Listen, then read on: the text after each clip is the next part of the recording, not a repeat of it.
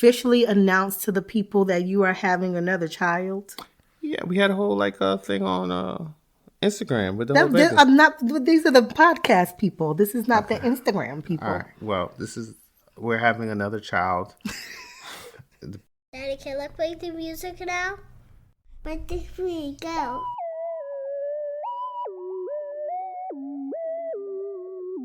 You know that I got love for my kinfolk, my blood. Through the thick and thin, we hit no matter what. This is me and Daddy here, and Jenny also. And we're here to teach you something. Founded by So You're Grind. And goes a little something like this. Take it over, Daddy. Welcome to Family and Vibe, So Your Grind. This is a podcast series highlighting lessons learned by the hard knocks and by grace.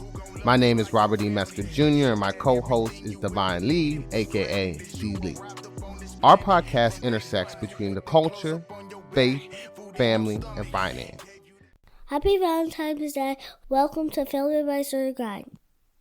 Episode 13, Expecting Like a Mug. On today's episode of The Yard 2 with Charity Metzger, we will review best practices learned through a challenging holiday shopping season, and we will finish the show discussing 7 money topics to consider when expecting a child. Hello everyone, welcome back to The Yard. We're here with Charity and Robert, and we're just here to talk about a couple of money issues for the household that you got to think about, especially at the end of the year and the beginning of the year.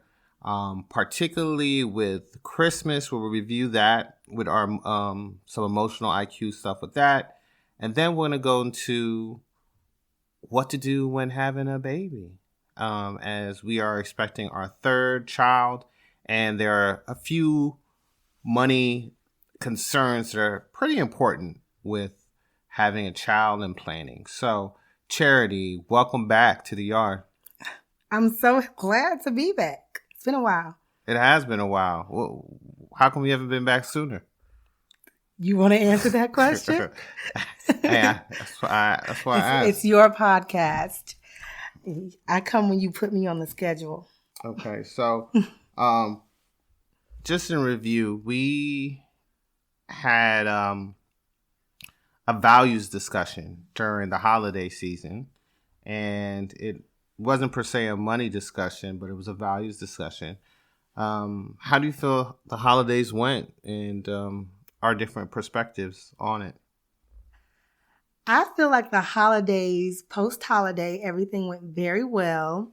I'm super excited. I think the biggest thing that I embraced is the community that we have for our family, not just us, but our girls.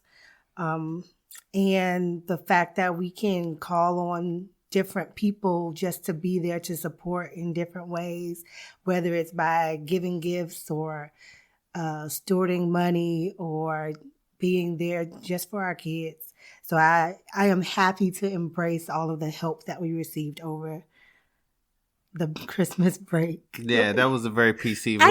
I did good, right? You did. So no cap. We're going to keep it 100. We had some very passionate discussions on how money, productive struggle. A productive struggle, actually, that's what you call it, a productive struggle. How many gifts and how much money to spend on each of the children during Christmas. And as I was talking about this with other guests and other insight, it's not that either one of us are wrong, but the values are different. So how do you navigate money issues when you have different values on certain experiences or certain expectations? And I don't know if we fully answered it. It was kind of like a war of attrition. Who was going to kind of give up first? But Who gave up? I don't know. I think we did end up going down the middle, but it was definitely a hard fought battle. You even cried on Christmas. I don't even know why. It was just like... I cried on Christmas Day? Yeah, Christmas morning. I don't remember. Yeah, I don't remember exactly why, but... I'm pregnant. I have an excuse. So, but, I mean... Oh, I remember why I cried. I cried because I feel like I just remember Christmas always being like the most magical day. And I felt like it wasn't magical. And I think we have to start with the understanding that, and I don't feel like we have this conversation enough, that Robert was born in an African household and I was born in a Black American household. So our upbringings, especially financially and culturally, are different. And I don't think that we fully embraced or discussed a lot of those differences. I think a lot of times, and this is kind of what the discussion was over Thanksgiving, a lot of times people just say Black and they're talking about every Haitians, Africans, Black Europeans, Black Americans.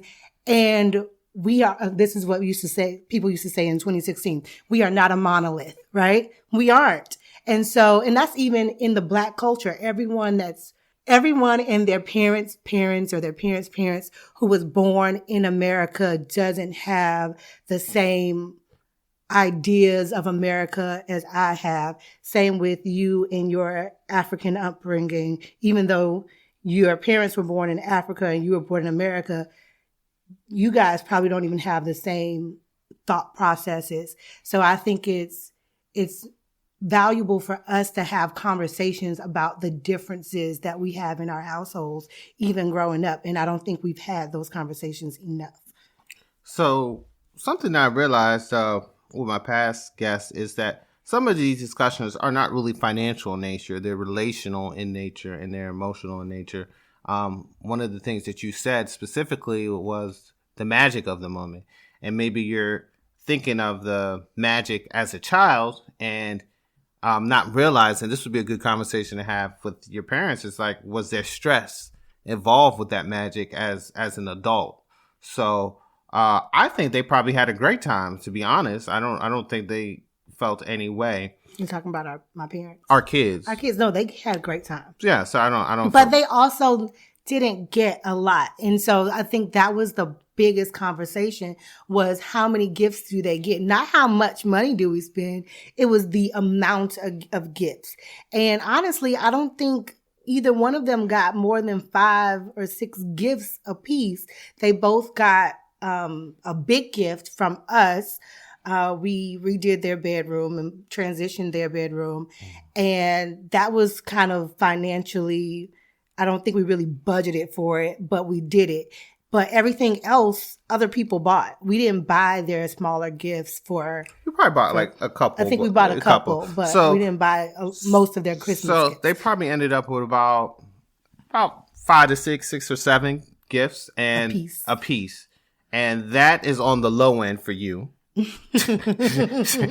feels that's a little bit on the low end, like Gary with the teeth. On the low end, not really, not borderline unacceptable on the low end. And we will have a poll about this on the low end. 5 later. 6 to 7 gifts is low end, borderline unacceptable, and I felt like it was a very good. Like if you was that was a satisfactory tip. You come out. You get 5 or 6 or 7 gifts as a child. These gifts for like $5 to $10. They were not like no, they weren't expensive. They were anywhere between, I would say, 10 to 30. The most expensive was probably like 30. Yes. $10 to $30. So they weren't like super expensive, but they was definitely it's important. And one of the things that you felt was very important was that you wanted to provide for your children. You said you don't deny you the opportunity to provide for your children. Well, no, this is what I said. I remember. Okay. We have great kids. Okay, yeah. Okay. Our girls are amazing. And they're just not amazing to us. Honestly, I work with kids. And so my kids, I feel like to me, they aren't really special. I know that sounds really horrible. But I have so many students. And so my own personal kids, my children that I birthed, they're like additional students. And I love them with all of my being, but I have so many kids that it's just like, oh, they're just additional. These are my students that I live with, right? But honest to goodness, they are so good that other people brag about them. Other people want to spend time with them. Even their teachers, they are talking about them all the time, like the special things that they do, the things that they've overcome. And so because of the way that other people feel about them, especially, I'm like, I don't want to deny them all of the great things because they are so good. Like I don't think they're going to stop being good because we don't give them more. But it's like, I want to reward you for being good and for doing good and for not really desiring much from your parents. But I don't want to withhold that from you. And I said this to you. I remember saying, like, because when you think about God, and not to say that we are God, but we are their parents and God is our Father. God is not trying to withhold any good thing from us. And I don't want to do that for my kids. I want them to know that within reason, we can give them the desires of their heart. Yeah, that sounds very, very good. You guys should see his face. Like, we should really do a YouTube. So, I mean, I think that's really good. It hits on a lot of pertinent points about really providing and loving and caring for your household. This is the father perspective. However, I think it's also might be, like you said, part of the first generation immigrant perspective. Whether if you're coming from the Caribbean, Asian, African, is that excellence is expected. Mm-hmm. So you don't get rewarded for doing what you're supposed to do. You don't get rewarded for doing a good job. And I understand. And that's just part of like, hey, we expect that from you. Yep. You guys are doing good. And it's just another day in the park. We go ahead, you get your gifts. It's not, we're like going over the top. So, but those are some of the challenges that I'm sure that some people may have in their household. We definitely experienced them. And it created a lot of friction, I would say. A whole lot. And honestly, I would say it almost like needless friction, but it was. I think because we've been going through this for most of last week. We did a webinar about communication mistakes, and then we've been hearing different things in sermons and other things like that. But for me, and what I keep trying to get Robert to understand is, and it's hard for him. I know it's hard for you because for me, it's never a good time. And sometimes, like Robert, I think the biggest reason we really got into it about Christmas is because it was the first conversation we had early in the morning. Like we got out of bed, we were brushing our teeth, and then it seemed like it should have been a very small conversation, and it blew up to something that I don't think either one of us was expecting. And a lot of times when I know that conversations are not going appropriately, then I'll say, you know what, let's table this. Let's talk about it later. And Robert is like, well, I have the capacity to talk about this. And I'm like, well, I haven't filtered through what is really the conversation. So I think that's part of it. So in review, guys, I hope you got a chance to really look at your budget and to assess how much you guys spent for Christmas. There's a lot of financial trauma that people don't realize. One of and Hanukkah and Kwanzaa, you can get gifts on all of those. For the holiday season. There's a lot of financial trauma packed in there. There's financial trauma with getting gifts. There's financial trauma in not affording some people to give back gifts. There's financial trauma of feeling the pressure to provide for other people or to go into debt to supply joy or to transfer love to other people. So if you have an opportunity, I think it would be great for you guys to self-reflect with yourself and then self-reflect or have a conversation with the people around you about how it went, what you guys could do better. I don't know what we could have done better, to be honestly, besides have the conversation earlier. I do. I have the conversation earlier and put aside a budget. And that was my mother and father's idea. Budget at the beginning of the year for what you're going to spend during Christmas. And that way, when Christmas comes or the holidays comes, and you know, this is what we're spending on each child. I think we did not do that. No, we didn't. We didn't. And you were talking about budgeting, and I don't think we are, honest to goodness, I don't think, like, that's not our strong point right now. We go over budgets, but we don't necessarily budget. We review budgets. Yes. We go over what we allocated. It's like the U.S. government. We have a plan. We look at the things, but sometimes we do exceed that budget at times, and then we try to allocate resources to cover that. Yes. So I think it's a growth process, but it's not only about budgeting because it was also about the amount. Well, that was what your thing was, which I couldn't understand. Yeah. But okay. Yeah. So I mean, that's a values thing, you know. Like if somebody say, "Hey, you get 10 or 12 gifts," even if it's under a certain amount. I'm not saying good or bad. It's just that we have differences there. Correct. Correct. Okay. All right. We're gonna leave that one alone. And then we're both looking at each other like very interestingly about how many things to get for the holidays. So, you guys, moral of the story, start planning now for Christmas. For Christmas. Okay. Because we're telling ourselves that. Because it may not go well. So, the next thing that we want to talk about is things to keep in mind when having a child. There's a lot of things that you have to go into. And I want to, first of all, I want to just talk about one of the first things we did. And this happened and... Wait, did you officially announce to the people that you are having another child? Yeah, we had a whole thing on Instagram with the whole baby. These are the podcast people. This is not the Instagram people. All right. Well, we're having another child. the child is expecting in March. But one of the things to do whenever you are having a child is you want to talk to your tax expert or whoever does your taxes. I do the taxes for our household. He does with TurboTax. But one of the first things is that we reallocated how many exemptions you have for the year. So at the end of the year, if you feel like, and which is important because today is actually the first day of tax season. If you're going to have a larger household, then you're able to claim more people in that household. So for this upcoming year, you want to be mindful of that and not keep your old allocations because that will allow the government to hold on more of your money up front instead of getting a large tax return.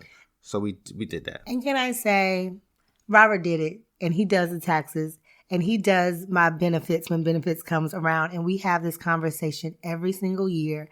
And this is so sad. And he's like, you need to know this stuff. I don't know. I don't know. I don't know why I can't maintain it in my brain, but it just doesn't stay. So we changed the amount of withholdings that we have for the household. But beyond that, I want you to talk a little bit about your process with securing time off. So whether it be, everybody has different requirements, but as teachers tend to have some good maternity benefits, but you need to know about it ahead of time because if you don't know about it, you could potentially lose out on those benefits. So if you want to talk a little bit about that. Okay, I will start off by saying this is baby number 3, and I feel like every time I've done this, it's been different. And it really depends on who you know in the building and what they know. So my process I work for the school system, as Robert said, in DC, and I have to fill out my leave of absence paperwork for the district. And as soon as they've been really good in timing, but as soon as I completed that, then they sent me, this is how much time you should get off. And then after I submitted those paperworks, then I have to submit paperwork to the union because we have what's called a maternity leave bank and a sick leave bank. And this is why it's important to know the union. If you have a union and the union reps, because a lot of times the union reps know, they've read the booklet back and forth. They know what's allowed and what's allotted to each person. So it's important to know what your benefits are for the union.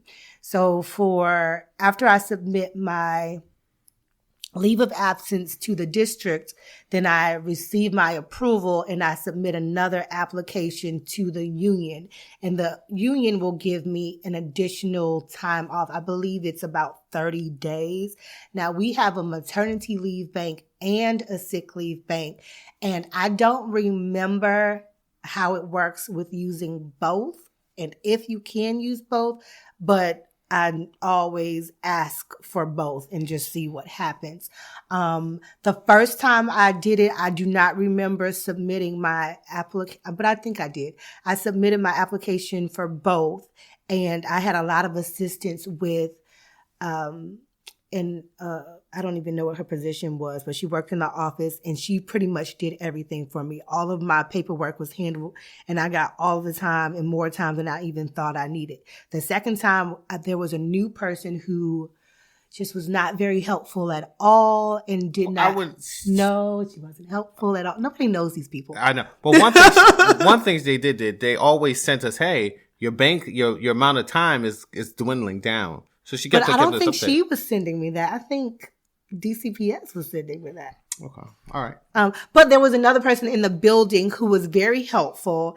And if I had questions, he supported me. And to the point where it was like, okay, we just have to do this for her. He was very helpful with that. But also I don't remember, each time it happened, I didn't remember what I needed to do. So this time, the third time around, I feel like I've done everything, which would be like, oh, we should have more kids. It's not happening, guys. Don't wish that on us. This is the last. But I've submitted everything to all of the different places and we'll see how much time I have left. But it is a lot of just remembering. And I was talking to someone who recently had a child, and it becomes stressful if you have to do this over your leave. If you are planning to spend time with your child and nurse and get to know one another and all these things, and then you realize, you know what, I forgot to do something, and now you're trying to get more leave, and now you have to do additional paperwork and send it in and all this stuff. So it's better to understand what you need to do and go through that stress before you have your child so that you don't have to do it during your leave. Additionally, you should also know your applicable state laws. So, for example, DC, the Commonwealth of DC has a paid family leave law. And so there are DCPS employees are benefited from the paid family leave law, which allows them 8 weeks, I believe, of paid family leave. And that's maternity and paternity, correct? Maternity and paternity. Yeah. So there's a lot of things right now. Paternity leave hasn't really caught up. And people will try to get, especially I've heard of this happen, for the fathers especially, sometimes people will try to get you not to take it. But paternity leave, I think, is beneficial for the household. Even if you don't live together. I mean, it's not good if you're taking advantage of it. But I know Robert does something different because he doesn't get paternity leave. And I don't even know if you have to take it simultaneously, because in my head, like if I could get 3 months and then Robert can get 3 months, then that's time and money that we don't have to spend at a daycare, because daycare is expensive. And so if you can get that leave, if you have maternity or paternity leave, milk it for all that it's worth, because it is valuable. It is very valuable for both parties and for the whole family. So that is also part of your pay compensation package. So this is you see how passionate she is about the benefits that she feels are very useful. No, so you she's know, very aware of you know what? There's a lot of go ahead. I think about this because I know a lot of times now, like us millennials, we do things a lot differently from what our parents did.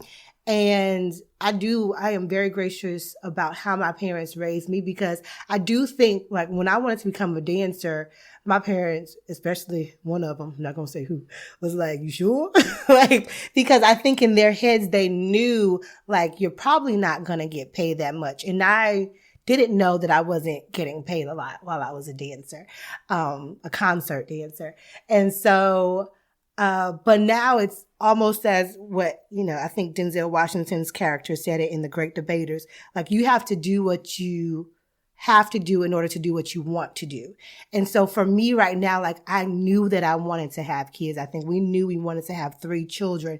And so this transition from concert dance and stage to teaching professionally, it afforded me, even though it's stressful at times, but anything you do is going to be stressful at times.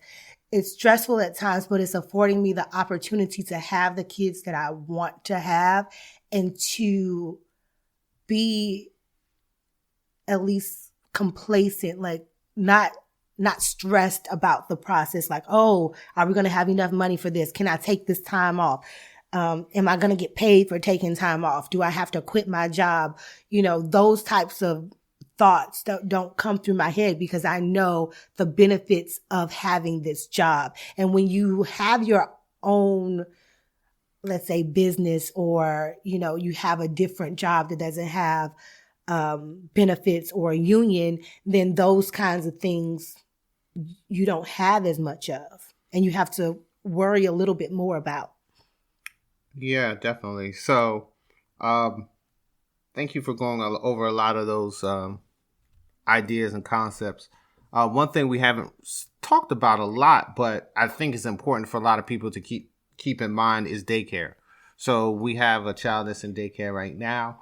We don't have an expected, even though the baby is going to be in March, we don't have a really expected due date. A return to work. We don't have a final return to work, because that might be fluid, because we might be able to use some FMLA afterwards. And then, but if you know that you have a strict time frame for getting a child into daycare, we know it's at least going to be 6 months minimum, though, for us, because the summertime and some other things will afford us the opportunity to be into September, October. But you need to start looking for daycare way before you have the baby. Way before you have the baby. So typically, I would say with this, I would say a minimum of 6 months. A minimum of 6 months before you want to use it. Some people will say up to a year before you use it. Mm-hmm. But because the slots fill up, and that's the thing. A lot of times, daycares, infants, especially for infants, they fill up those rooms so fast because there has to be a ratio. Up in Maryland, it's 3-to-1, I believe. So you can only have 3 infants per adult. And a lot of times, because they can get written up really poorly if they don't have that. And it's a safety issue. Because 3 kids for anybody, we about to have 3 kids, Lord have mercy, is a lot, especially when you know that you're responsible for someone else's child. So those ratios are very important. So you want to keep that in mind. We also want to keep in mind the cost, because daycare can vary wildly depending on the location, jurisdiction, and what you are looking for. What you're looking for. What you want them to provide. On the low end. On the low end in this area, I would say $350 to $400 is the low end. For infants. Maybe. I know infants are a little bit more expensive. They are expensive, but let's say you find some home health care or home care provider, you might be able to get away with that. But it's not unheard of to be $800 a week or more. So, do the math real so quick. 8 times That's 4 is 32. That's 32. That's 3,200. 3,200. So a lot of people. That's more than a mortgage. Yeah, a lot of people are not paying 3,200 for a mortgage. So, some places would be $1,000 a week, but it depends on what you got and what you want. And then it comes to, at a certain point, you gotta realize, hey, if we're paying $1,000, it might make sense to bring on a nanny, especially if you have stay home. Or we know people who have chosen to stop working, multiple kids, or just stay home and stop working if that is a financially viable option. Which is difficult. It's difficult to say, hey, you know what? We're going to go ahead and, become a one-parent household. How long do we, one income household, and how long will that last for? And maybe it might be the father. And actually, I'm going to put this out there. A lot of times, there's a lot of fathers who are really good at maintaining or being. So I feel like there should be no stigma if you are the male and you were great at holding down the house. I think men generally, I don't want to say generally, oftentimes I know a lot of men who do well with children and don't seem to get as frustrated with children. So then the wives, are you saying that? I didn't. You guys, are you seeing Robert's trying to make a case for himself to stay home? I think that's what I'm getting. I was like, I want to stay home with kids. So. But I think it's a big conversation to have, because I do or have heard of women who did not want to give up their careers to stay home. And even after their children are of age to go to school or have gone on to college, and they still kind of struggle with that choice to stay home and be a mother to their children when they felt like they either had or could have had a thriving career. And I don't know what that is like to go back into something or a career when you haven't done it for 9 years or 18 years when you have children. Yeah, that could be a long time. That could be very challenging. So these are a lot of options to really, and obviously you want to have a lot of these conversations. Unfortunately, probably most of these conversations are not had until the time that it needs to happen. So that becomes a challenge for both parties, because I think the biggest challenge is because everybody has different expectations, unmet and unheard of expectations prior to, finding out what you need to do. So a couple other things. FSA. So FSA, that's something that you have to adjust. You want to adjust that at the end of the year. Just explain what that is again. Flexible spending account, or HSA, health savings account. I feel like we talk about this in every single interview we do. We do. Those are tax deferred or tax deductible accounts that decrease your income. Or taxable income. But one of the things is we are fortunately, so we kind of split benefits. I use my health benefits. So I work for a large healthcare organization. So it's not really that expensive to have a baby in a hospital. We have $100 deductible for the hospital stay.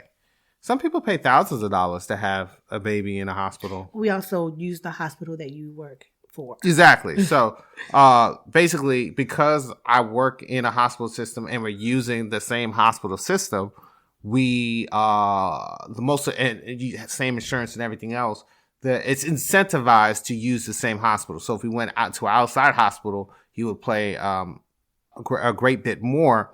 But if they incentivize you to use the same hospital system, all that, it's a much lower amount that you have to pay. So some people pay thousands of dollars to have birth. Throughout the whole process, we have our co-pays, which are maybe like $15, $20. And sometimes we don't pay. And sometimes you don't have co-pays for certain, visits. And then you have the $100 hospital stay. And that's regardless if you have a C-section or... Is that flat, or it doesn't matter how long you stay? Yeah, it's a flat. I didn't know this. I wouldn't say no matter how long you stay, but it's because I like to stay in the hospital. So it's per episode. So you have $100 deductible per episode of care. So you got to know your insurance. Insurance is one of those things that you really want to know beforehand, because if you have type of insurance where you have to pay most of that out of pocket, I mean, a typical hospital stay could cost, for a C-section, could cost multiples of thousands, 12, 14, 16,000 if you're staying a week. Well, that's not... The ultrasounds are expensive. I don't know how people do it. Now, we get these EOBs, the explanation of Bs. Yeah, explanation of benefits. And the ultrasounds are like hundreds or almost $1,000 just to see that the baby is thriving in your womb. Yeah, the ultrasounds and the fetal assessments and all those other things. So you want to make sure that you have your HSA or flexible spending account and your insurance well in hand when you're having a child, because you probably going to have to use it. And if you don't know what you have, you may be paying quite a bit. So we're coming to an end, but we still got a few more things to cover. So 529s. So 529s are for college. So we have 529s for both of our daughters right now. And you can actually have a 529 before you have a baby. So we haven't set one up yet, but we have one for the Maryland system. A couple different things, caveats for the Maryland system for 529s. Maryland actually incentivizes you to put money to 529s. They will put money towards your 529. I don't use that option. Or you can get a tax the amount of money that you put can defer your tax or decrease your taxable income in your 529, I believe up to $2,500 for the state. Charity doesn't know this stuff, but and I'm barely paying attention. I'm so bad. I'm sorry, but this is real, because I can't be the only person. Like, you hear all these things and you start to daydream, and you're like, I hear him talking, but I really don't know what he's saying. And so, yeah, I don't know. But the thing is, and I think this goes back to, just culturally. Because Robert he'll tell both of our parents, like, don't give the girls gifts, put money into their 529s. And everybody's like, that's your job. Like, you give them money. We're going to give them gifts. So, yes. But, yeah. So, you could put, so that's something key, to be aware of. And you can get 529s at the state level. You can get 529s at multiple, different levels. And also insurance. So, there's a lot of back and forth. Some people don't believe in buying insurance, short-term, long-term. Charity actually pays for the insurance, but I don't know if she does. I do. I just paid it like today. It came out of my She pays for the insurance, but I'm not sure she knows what that entails. I don't know everything that goes into the insurance. I don't. Yeah. I do know that I pay, I think it's like $42 for a Journey and $45 for Dubai. It comes out every month, and and I know what day it comes out, just so I know that's where. So that's good, and that gives you people amount. So we pay about between $42 to $45 per child per month, and the program that we got, I got to look it up. It's a USA program. Typically, with a lot of those life insurance payments, which I don't understand, you end up paying for life. If you have a whole life policy, so there's not a term policy for a short period of time, you end up paying that money for. I'm paying insurance that my parents bought for me when I was a child, and I'm still paying it. But the one thing that I'm going to put this in the show notes. The one thing I really like about this policy is that if you pay this for 20 years, then you don't have to pay for it anymore. So basically, now they have life insurance up to $100,000. I believe it's $100,000. And then you don't have to keep on paying for it when you're 40, 50, 60 years old for that same policy. So that's one of the beauties of this policy. I will, like I said, I'll verify what exactly the policy name is. I want to say something like Universal Whole Life, but I don't want to, I want to use the exact terms that was stipulated. But it's a great product that's offered by USAA. So make sure you talk to your financial planners, talk to other people, just so you're aware of products that might be beneficial for your children and for your household. to protect them and to protect the family financially in case anything happens. Until you know what's best for you and your family. Because honestly, what works for us may not work for everyone. But I think we have gone from birth to transitions in life all in one podcast. Is there anything more? Or did we get everything? I think we got most of that. So we covered a lot. We did. But these are all the things you have to think about when you have a child. So, yeah, when you have a child, it's a beautiful experience. As Charity said with Christmas, the magic. But don't let the magic fool you. Ooh. It's a magical ride. But there's still things that need to be assigned, planned, and taken care of so that you can enjoy the magic. When things are set, you can enjoy the magic. And I think, going back to something you said earlier, like, our kids will never know what goes behind the magic, you know? As they shouldn't. And I think, sometimes we have our conversations and the mind is like, Daddy, you made mommy cry. But that's only because I'm worried about the magic. And Robert's like, this is not magic. This is not magic. Let's make it reality. And so. But also, the point of this, let me rephrase that. As they shouldn't. It should be a magical experience. But your kids should be involved in the process and understanding what's going on. So the whole point of having this show is so that I can talk to them. The next financial word of the day for them will be taxes, y'all. So that they understand, hey, what is a tax? What are these things? Because it's our job to prepare them for the world. So if they struggle, yes, it could be because of their own personal decisions, but we have to look back, did we adequately prepare them for what life is? And if we are sheltering them, if we are pushing them too hard, if we're giving them too many gifts, my God. If we, I'm gonna keep giving them gifts. If we just make them feel like their feelings are, I take them to Dunkin' Donuts every month. Are invaluable. Their feelings are invaluable, but their feelings shouldn't be the only thing that drives their decision making process. They shouldn't be hostage to their feelings and their emotions. So we need to prepare them because they're going to be entering into a world that has a whole lot for them.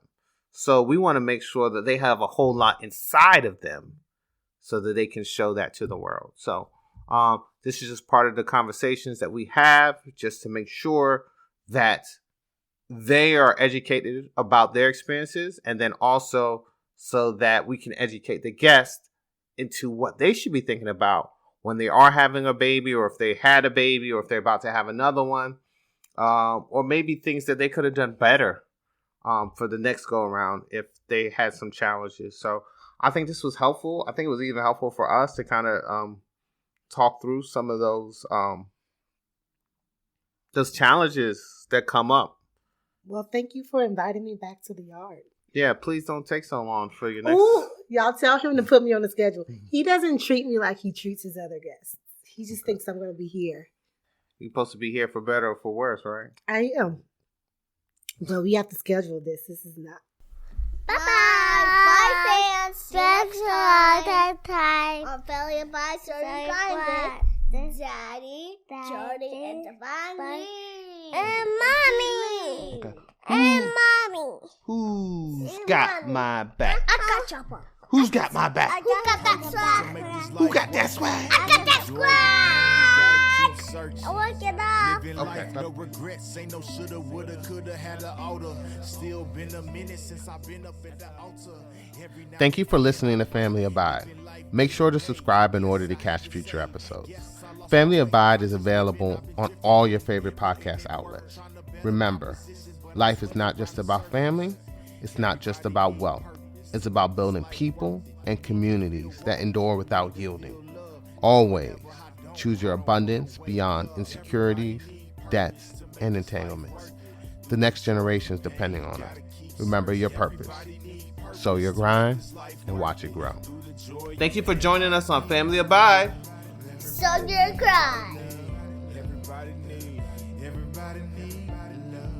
Everybody need love. I'm tired of my problems. I'm tired of the drama. I'm tired of the pressure from my mama and my papa. I'm tired of the pain. I'm tired of the rain. I'm tired of the hurting. I'm tired of the working. I'm tired of the struggling. I'm tired of the hustling. I'm so sick and tired of having nothing. Jam, you got something to say? But after that, I'll when Yeah, I think it's good developing daddy-daughter relationships.